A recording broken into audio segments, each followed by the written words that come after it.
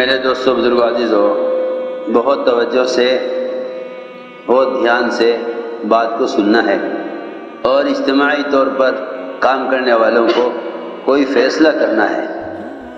وہ بات یہ ہے کہ کوئی بھی لائن ہو دین کی یا دنیا کی، کوئی بھی لائن ہو دین کی یا دنیا کی، اس میں ترقی کے لیے سب سے بنیادی چیز اعتماد ہے۔ بنیادی چیز کیا ہے؟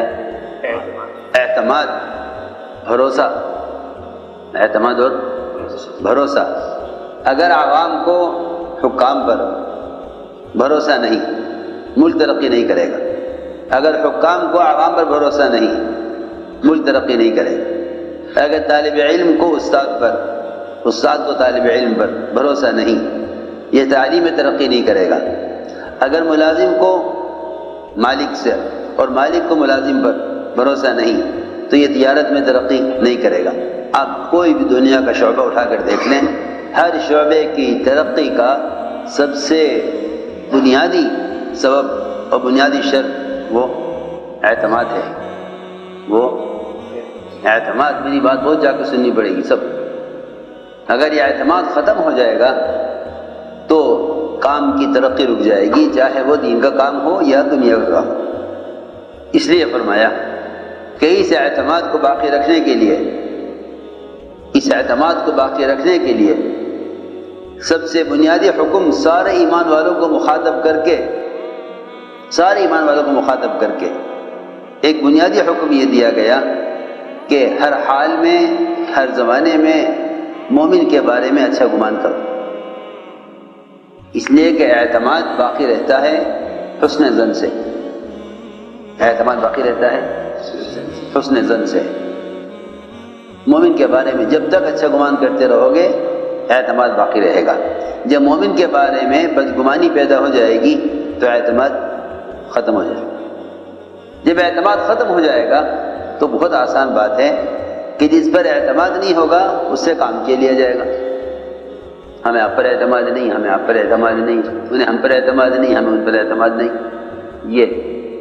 یہ سب سے بنیادی وجہ ہوگی کام کرنے والوں کے بکھرنے کی۔ میری بات بہت جا کے سنو سب، یہ بنیادی وجہ ہوگی۔ اس لیے فرمایا کہ مومن کے بارے میں اچھا گمان کرنا، مومن کے بارے میں اچھا گمان کرنے کا درجہ اور اچھا گمان کرنے کی انتہا، اور مومن کے بارے میں اچھا گمان کرنے کا حکم اتنا زیادہ ہے کہ اگر تم کسی مومن کو خود اپنی آنکھ سے کوئی گناہ کرتے ہوئے دیکھ لو تو تم یہ کہو کہ میری آنکھ نے غلط دیکھا ہے، مومن ایسا نہیں کر سکتا۔ مومن ایسا نہیں کر سکتا، میری آنکھ نے غلط دیکھا۔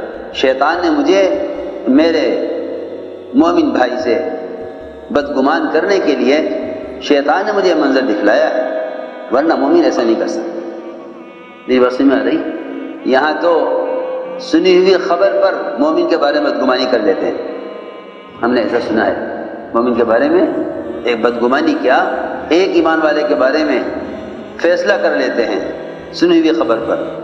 اور سنت یہ ہے، سنت اعتماد کو باقی رکھنے کے لیے، اعتماد کو باقی رکھنے کے لیے حضور اکرم صلی اللہ علیہ وسلم اپنے ایک صحابی سے، اپنے ایک ساتھی سے ایسا تعلق رکھتے تھے کہ اگر وہ خود بھی آ کر یہ کہے کہ میں نے زنا کر لیا تو حضور اکرم صلی اللہ علیہ وسلم اس کو ماننے کو تیار نہیں ہوتے تھے۔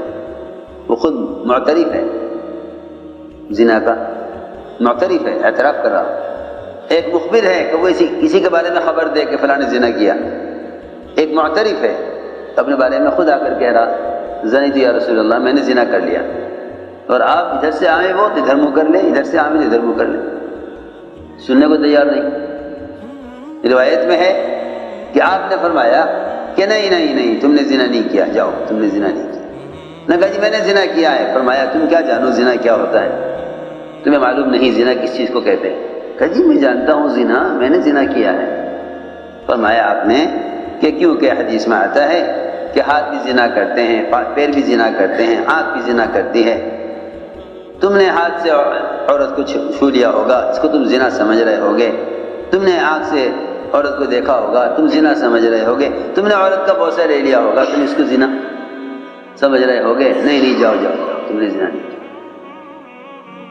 تم نے زنا نہیں کیا۔ وہ کہنے جی میں نے زنا کیا۔ آپ صلی اللہ علیہ وسلم اس کوشش میں رہے کہ مومن کا زنا ثابت نہ ہو، جس گناہ کو ثابت نہ ہونے دینے کے لیے اعتراف کرنے والے کے اعتراف کا انکار کیا جاتا ہو۔ اب اندازہ کر لو کہ کسی مومن کے بارے میں کسی خبر پر بدگمانی کرنے کی کیا گنجائش ہے؟ میری بات سمجھ میں آ رہی؟ تو ہم نے ایک بات بنیادی بات عرض کی ہے کہ مومن کے بارے میں اچھا گمان کرو، کیوں؟ تاکہ اعتماد باقی رہے، اعتماد باقی رہے۔ اپنے ساتھیوں کے بارے میں شکایت نہ سنو کہ نہیں بھائی ہم چاہتے ہیں اعتماد باقی رہے، ہم چاہتے ہیں کہ اعتماد باقی رہے۔ تم نے اگر ساتھیوں کے بارے میں ذمہ داروں سے شکایتیں کی تو تمہارے اور تمہارے ذمہ داروں کے درمیان اعتماد ختم ہو جائے گا۔ یہ بہت اہم بات ہے، اس لیے اللہ نے حکم دیا سارے ایمان والوں کو، اے قیامت تک آنے والے ایمان والوں، مومن کے بارے بدگمانی سے بچو، کیونکہ بدگمانی شیطان پیدا کرتا ہے، بدگمانی شیطان بدگمانی پیدا کرتا ہے۔ اس بدگمانی کی وجہ سے مسلمان کی عیب جوئی کرتا ہے۔ شیطان ایک خیال پیدا کرے گا، پھر جس کے بارے میں خیال پیدا کرے گا اس کو عیب کو دیکھنے کا تقاضا پیدا ہوگا۔ یہ میں آپ کو بالکل قرآن کی ترتیب بتا رہا ہوں کہ قرآن نے کس طرح قرآن ترتیب بیان کی ہے ان تین کاموں کی، بدگمانی، پھر تجسس، پھر غیبت۔ میں نے غور کیا کہ مسلمان کی غیبت کیوں کرتا ہے؟ یہ غیبت کرتا ہے تجسس کی وجہ سے، اور تجسس ہوتا ہے بدگمانی کی وجہ سے۔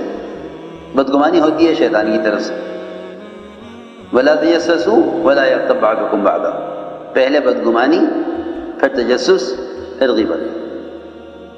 تو پہلا حکم یہ دیا مومن کے بارے میں بدگمانی مت کرو، کہ مومن کے بارے میں بدگمانی مت کرو۔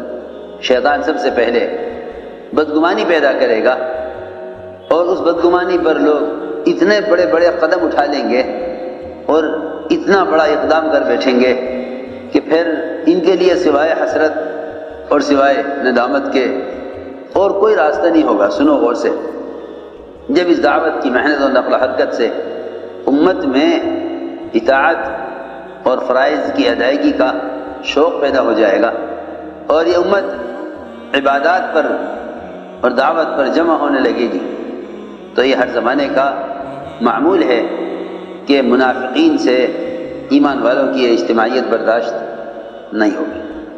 وہ اس کو بکھیرنا چاہیں گے، اس کو بکھیرنا چاہیں گے۔ اس کو بکھیرنے کے لیے کیا کریں کہ انہیں آپس میں ایک دوسرے سے بدگمان کریں۔